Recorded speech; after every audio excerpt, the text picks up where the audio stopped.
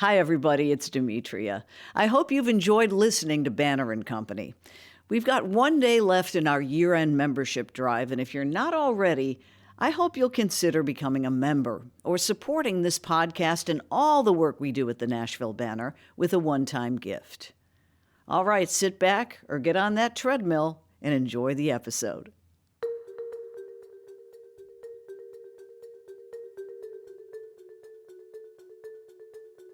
Cathy Carillo is a crusader. She fights every day of her life for better understanding and appreciation of the immigrant experience.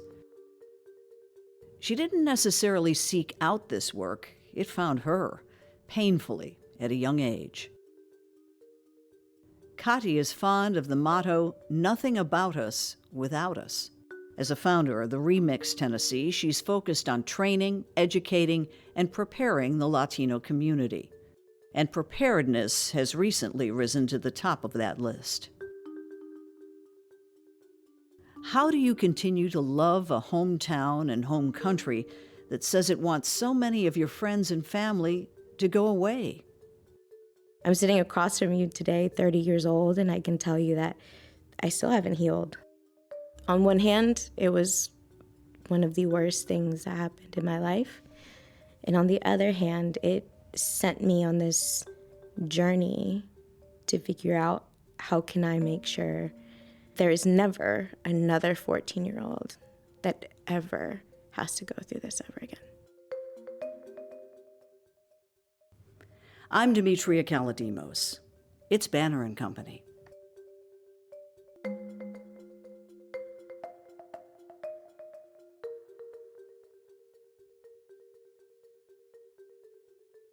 Something happened to you on the way to a track meet in the 8th grade that set the course of your activism, really. Tell me the story.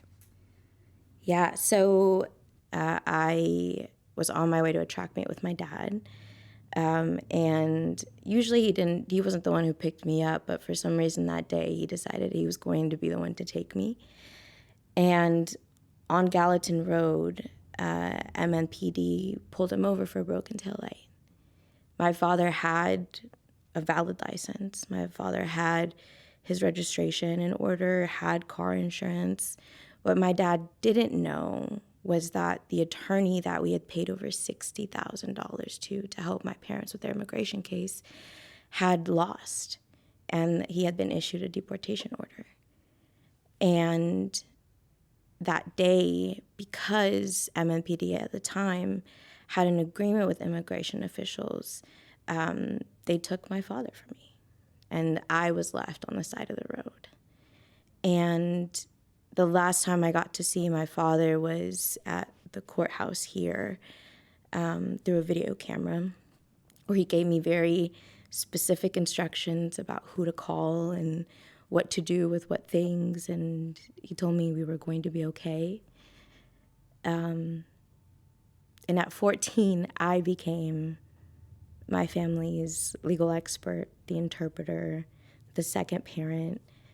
My family was torn apart by family separation, and the symptoms and the effects of what that event caused in our life, there's nothing that can fix that. For me, the turning point of when Nashville felt less like home was when I was 14. I still haven't fully recovered from what that means. My son doesn't know his grandfather, right? I think people think that these things are just a one-off, but they don't realize the domino effect that it can have on generations, both good and bad.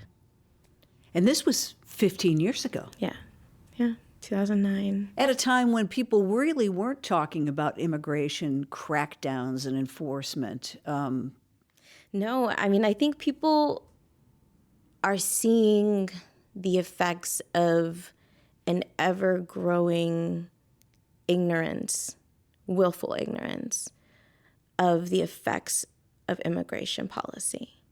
I think people don't realize that so many of the things that are happening now yes, are very heavily being enforced by this administration, but it's because every prior administration has increased the ICE budget. It's because every prior administration has made it possible for this thing to exist. There was a world where ICE didn't exist. There was a world where that wasn't happening, where these people weren't given this amount of power to change people's lives for the worse. I don't think people recognize that or are willing to acknowledge that, hey, some of your favorite candidates, some of your favorite politicians, not just at the federal level, state, locally, have voted for policies that have consistently put immigrant families at risk. And they're not willing to acknowledge it. They're not willing to take accountability for it. And in fact, even now, in the midst of this administration, we're not really willing to critically analyze what are going to be the long-lasting effects on immigrant populations, neighborhoods, and now second, third generation families. I'm heartbroken that we're not taking that into account, but I'm encouraged because I do see a change. There's a change in thinking, there's a change in rationalization, there's a change in, okay, maybe I was fed a lie that individualism is going to save me. I'm holding on to hope to that piece. Back to your father for a second. Is there any recourse? Is that just a done deal and there's no path back to his family who's had all these years without him? There are a lot of different scenarios for people in their immigration cases. I think people think it's cut and dry.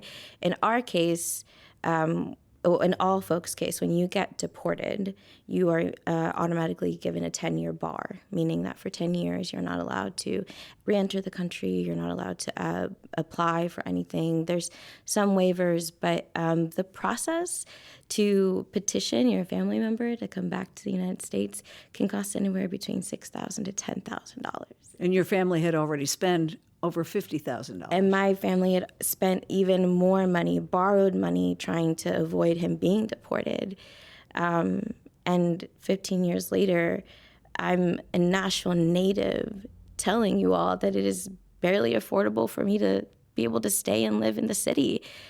With what money am I going to be able to afford to a $6,000 to $10,000 process for my own father? I think people don't understand that aspect. It's not as simple as, why didn't they apply? Why didn't they do things the right way? Why isn't he back yet? There's a lot of intergenerational issues, a lot of financial barriers that exist when it comes to that process.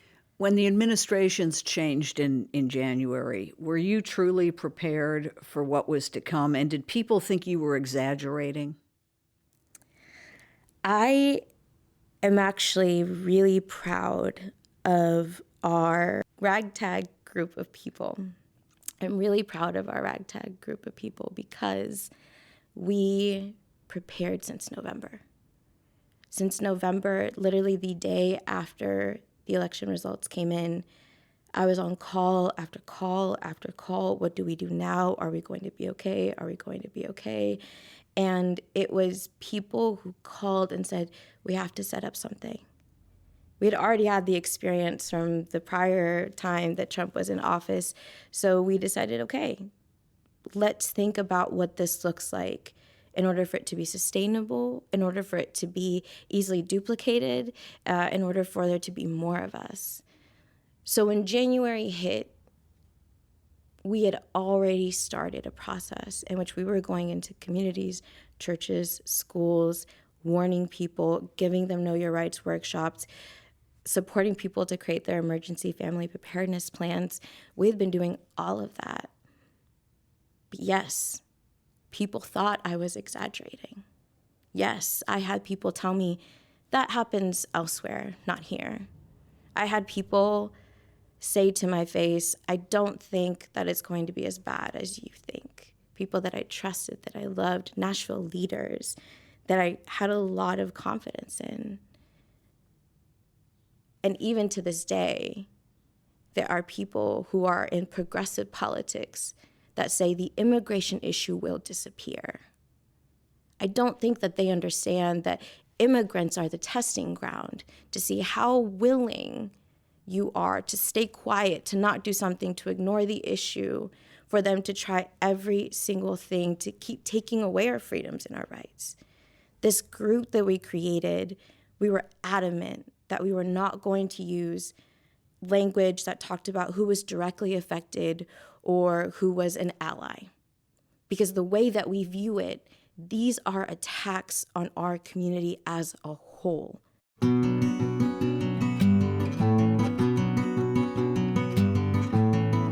It's Banner and Company. I'm Demetria Kalodimos. We'll be right back. This is Jason Momoa, and I'll be your finance professor today. Welcome to Banking Smarter 101 with Chime. Bam! First lesson, sign up for Chime and set up direct deposit. You'll be joining millions of members banking fee-free. Second lesson, get cash back on eligible purchases while building credit and a higher APY on your savings. That's how you bank smarter this season. Fa-la-la-la-la, class dismissed. Join Chime today. Chime is a financial technology company, not a bank. Banking services and a secure Chime Visa credit card provided by the Bancorp Bank N.A. or Stride Bank N.A. Members FDIC. Optional services and products may have fees or charges. Details at chime.com/fees-info. With a qualifying direct deposit, earn 1.5% cash back on eligible secure Chime Visa credit card purchases. On-time payment history may have a positive impact on your credit score. Results may vary. APY means annual percentage yield. Learn about credit building and more at chime.com. Now, you mentioned you're a Nashville native. Yeah, so I was born in General Hospital. I grew up in Madison, Tennessee, and my parents, who are Peruvian immigrants, picked Nashville over Miami. Really? I joke all the time I could have been a Miami girl. My mom describes Nashville and coming to the space as just being overwhelmed by how beautiful the green spaces were, how many trees there were, and all of the parks that she got to see. And they fell in love with Nashville. There was a Peruvian community here that received them. And we made this city our home. And so there are buildings in Nashville that my dad has helped construct that when I drive by them, I know that they're his. There are office spaces and places that I helped my mom clean that when I drive by them, I remember my job was to refill the trash bags. Most of our listeners by now know what happened in early May, the concentrated ice sting, the first. Do you anticipate there will be more? And how did ReMIX, your group, react? And were you prepared for that? We were. I don't think you can ever prepare for trauma. I don't think you can ever prepare for that level of danger. It's a lack of safety that is ingrained in our bodies till now. We have been preparing for this since 2019. We had set up a hotline, we practiced. Music City Migra Watch became a thing. It was a thing that we'd been promoting since November, was this hotline where you could call in and let folks know what was going on in the neighborhoods. Were people scared to call in? No, because we made it a community resource, and it's anonymous. It's an anonymous report line. You don't have to give us any information. What we ask for at the time was pictures or photos and just a direct, exact location, what time folks saw it. A lot of the work that we've been doing beforehand was like dispelling rumors. Mm-hmm. So people would send us a picture of a sheriff or a police officer or even the fire department and say, "I'm scared. What is this?" And so a lot of it early stages was educational. Yeah. It was letting people know, no, this is what this is. No, this is what that is. And so the hotline was set up. We'd already had practice about how, how people can report and how we were able to disseminate information. So when that happened, we felt prepared, but we were also really scared because we knew that the question wasn't of when we lose or if we lose people. It's about when we lose people. And we know that there's going to be some form of more coming because Christine Nome said so in the press conference she had here in Nashville. We've increased the ICE budget by billions of dollars. We know that Tennessee has passed the law to create its own Bureau of Homeland Investigation. And so We know more is coming. We know that that's going to happen, but that doesn't mean we're going anywhere. That doesn't mean we're going to give up this fight. Are we tired? Yes. But our community deserves safety, deserves to feel okay. I don't think people recognize that there was a night during those raids where rumors spread that ICE was on Broadway, and we watched those kitchens close like that. Every kitchen that closed. You don't understand, Nashvillians don't understand the construction industry, of the domestic workers industry, but it's like the service industry as well. What would Broadway be without immigrant workers? What is the tourism industry of Nashville? What brings all of the money into the city without immigrant workers?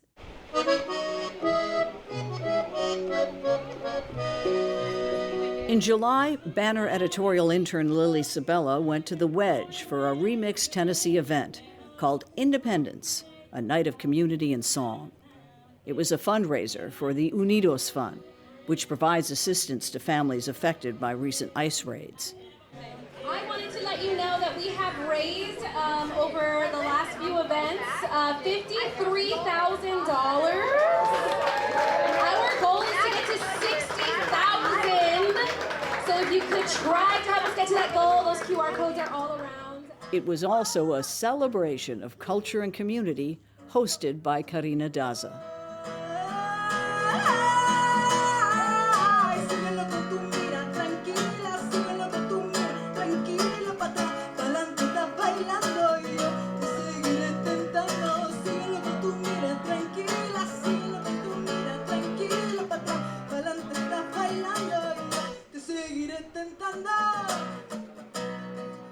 What would Broadway be without immigrant workers?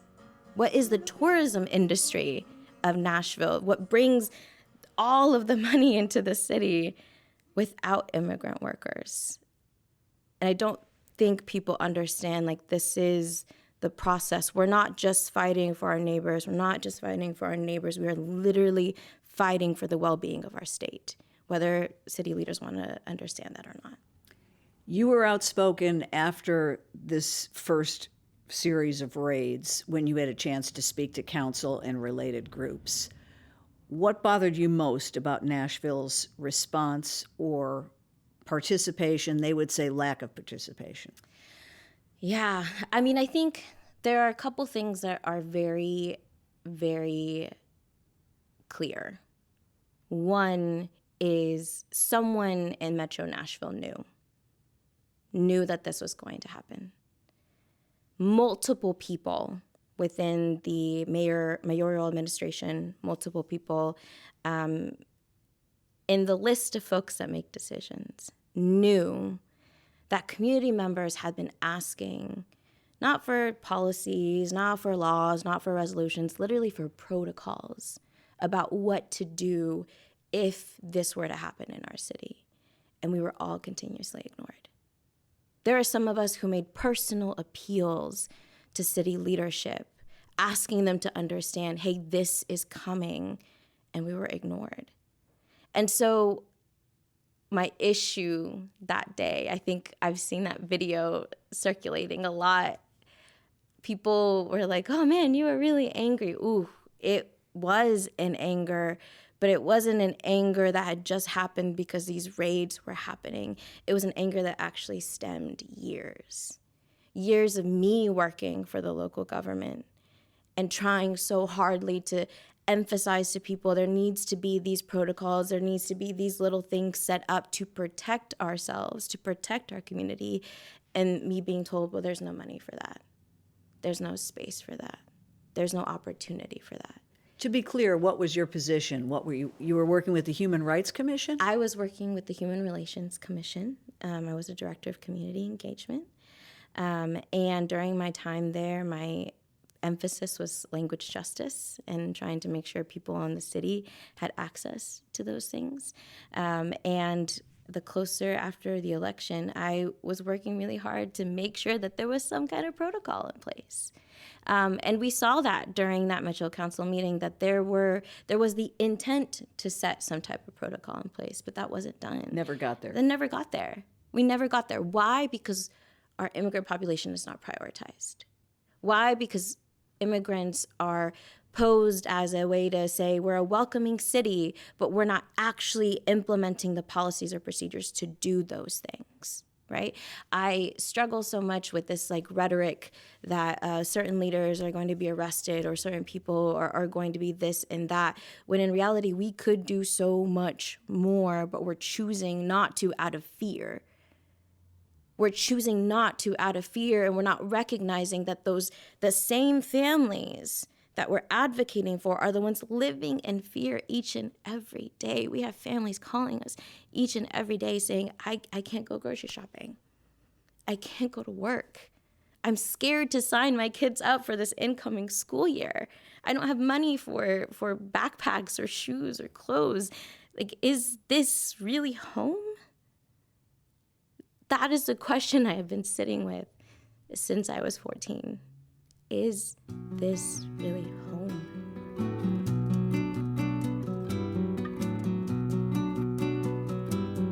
It's Banner and Company. My guest is Cathy Carillo, mom, organizer, and founder of the ReMIX Tennessee. We'll be right back.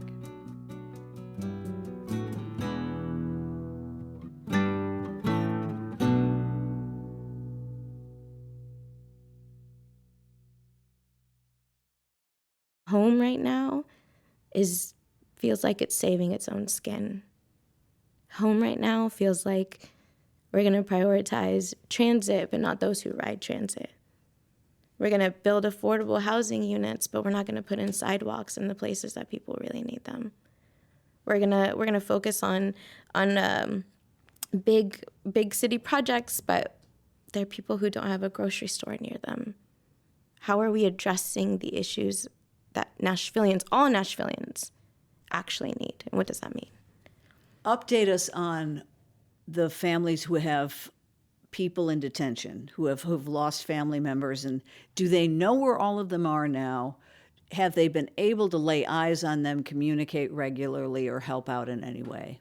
We are in month 3 of, essentially we're entering month 3 since everything happened. And what that means is that at this point, family members are either making the difficult decision of, do they spend thousands of dollars in continuing to fight an immigration case? Some of the family members have been deported back to their home countries or to other spaces that we've had to track. And some family members have completely disappeared, and we're trying to figure out where they've gone. Really? Really. We knew that they were going to be deported, but now we're looking for them, and then they're not showing up in their home country. So we're like, where were they deported to, right? If they have been deported, where were they deported to? How many are in that unknown status? Roughly. I would say a handful at this moment, a handful that we know of, right? And I think that that's the other aspect too, is that there are not enough resources in the city to handle all of the emergencies, because it's still happening. People think, oh, this was a one-time thing and it's over. No, it's still happening. These vehicles, these people are still going door to door and looking up folks in different spaces. We hear it all the time. We're still getting those reports. There's still new families that are coming to us asking for that support. So I think we're going to see more and more of that happen as time goes by. We're a couple of weeks from school beginning. Are you especially worried about new kids going into school? I'm worried about their parents, because MNPS has done an incredible job of creating a protocol and creating a structure. And we've worked with over 29 schools in primarily the Latinx immigrant area to be able to train them on how to create safety plans within themselves as well. What would that entail? For schools, it really looks like, what does it look like to designate one person that's the person as a decision maker if ICE were to show up, right? MNPS has already outlined their protocol that if for some reason an agent were to show up out of school, they need to be redirected to the main office, which is absolutely true. Oftentimes when ICE agents come to public schools, they're not coming for information. They're coming to cause intimidation. If they really wanted information, they could go somewhere else, right?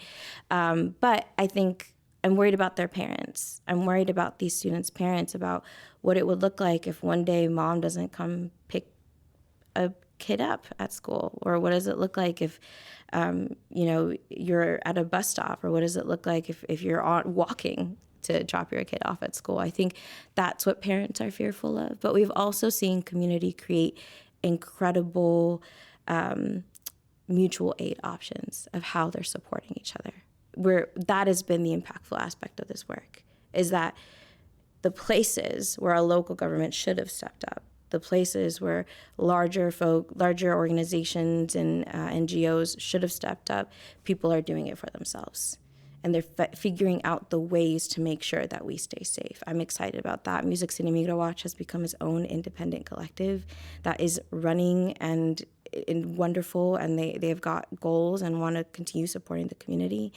And our families are finding ways to support each other. Some of them are moving in together. Some of them are hosting dinners where they all cook and provide for each other. So they have food throughout the week.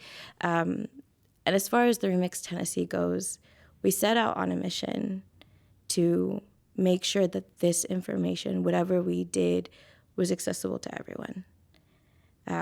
We have seen this not just happen here in Nashville, but we've been able to send support and templates and trainings over to Memphis, to Knoxville, to Chattanooga. That was our goal, was to create more of us. And at every community meeting that we've had, we have realized there's more of us. There are some of us who are tired, so we'll be taking a step back. But we're encouraged because we know that there are so many more people who are going to be stepping up. I know that ReMIX did a bystander training. Can you give me just a couple quick bullet points for bystanders? So bystander training really consists of what it means to be a neighbor in the time of, in this time where like federal agents assume that they have authority over everything and are really violating people's rights. And so it's very closely tied to the red cards that we distribute. We talk about how red cards are not just for undocumented immigrants, they're for all of us. We all need to know our rights and how important it is to understand that they have to have a judicial warrant if they're trying to enter into any kind of property, right? You don't have to answer any questions or any information about yourself. You have the right to say, am I free to go? And you also have the right to let folks know what's happening in the neighborhood, right? Like, it's okay for you to say, hey, these are federal agents. You have a right to remain silent. How are we protecting each other in that sense? And what does our faith, right? I don't think we can talk about the immigration issue without including faith and spirituality in the conversation, because we're in Tennessee, we're in the Bible Belt, right? And like, what does it mean to live out our call in our faith communities, in our spirituality communities, to protect our neighbors? What are the things and ways, the conversations that we are having to humanize what has been crazily like simplified into they're just criminals. Yeah. They're just this thing. So that's the involvement of what our bystander training has been. I hope people can join. Were you encouraged when that effort to bar education from undocumented children, when that stalled at least? I'm not going to say it failed because it can always come back, but the faith community seemed to step up at the right moment. Yes, the faith community showed up for that. I think what folks don't understand about that fight was how ugly the language was that these Republican lawmakers were using. And I need people to challenge that language. We need to stop letting these false narratives, false data be shared, and we need to start actually shedding light on the truth of the situation. You had a whole advisor come to Nashville and say that 80% of the people who have been arrested were criminals, when we know for a fact that's not true. Challenge it. Fight for your family members. Like, get those folks back. Don't let them just spill the hateful rhetoric. If you love your people, love them deeply enough to say, hey, this is not okay, and the hate is consuming you. Because I'm watching how that happens. One of the most interesting, coolest, hopeful things that I have seen is the people who come support us, some of them voted for Trump because they bought the lie that individualism was going to save them. And then once all of this started, they realized, I'm actually giving up on a whole community that supports and raises me.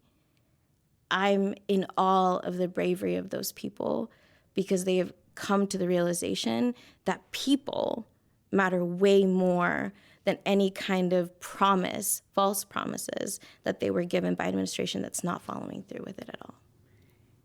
It occurs to me that with this talk of denying or dissolving birthright citizenship, here you sit, a 100% American citizen who could leave us potentially. There are incredible leaders in Nashville, but there's one particular leader that told me, you know you're doing something right when the system is afraid of you. I understand that that's what it is. I understand that they're afraid of the success we have, that they're afraid of our work ethic, that they're afraid of the cultural abundance that we bring. I understand that there's so much fear and so much racism behind that. Nashville has always been home. I'm not going anywhere. Even when it doesn't feel like home, it's been home. I've tried to escape, trust me, and I just keep getting pulled right back. I think many of us are feeling that way, of very adamantly saying, you cannot take this away from me. You cannot take community away from me. You cannot take what we've created away from me. The United States is based on the history of immigration, literally escaping religious persecution, escaping persecution in general, and that's what most immigrant families are doing. They can try all they want, but no matter what, no matter where I go, no matter what I do, I will always be Peruvian American. I will always be a Nashvilleian, and I will always be fighting for the community. What should the uninvolved person who now feels motivated do? Hate is intent on stealing our creativity, on stealing our joy. I need folks to hone in on hope, creativity, and joy.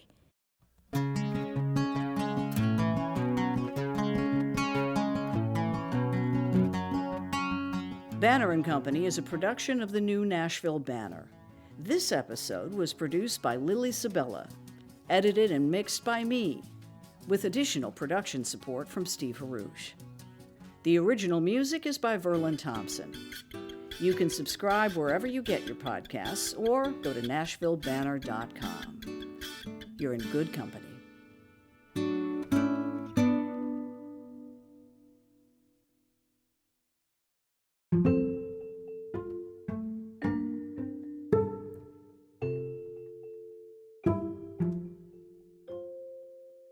We do our last question. Okay.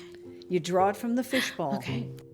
From Leon Alligood, what's the best small town in Tennessee you've ever visited? Ooh. I'm going to go with McMinnville, Tennessee. I am, because it's close to Cookeville too, but I am obsessed with like Southern food, like Southern United States food, and I don't think I've ever had a better ham, better mashed potatoes, or better potato casserole than McMinnville, Tennessee. So McMinnville, Tennessee, for all of the ways in which you are, I still love you.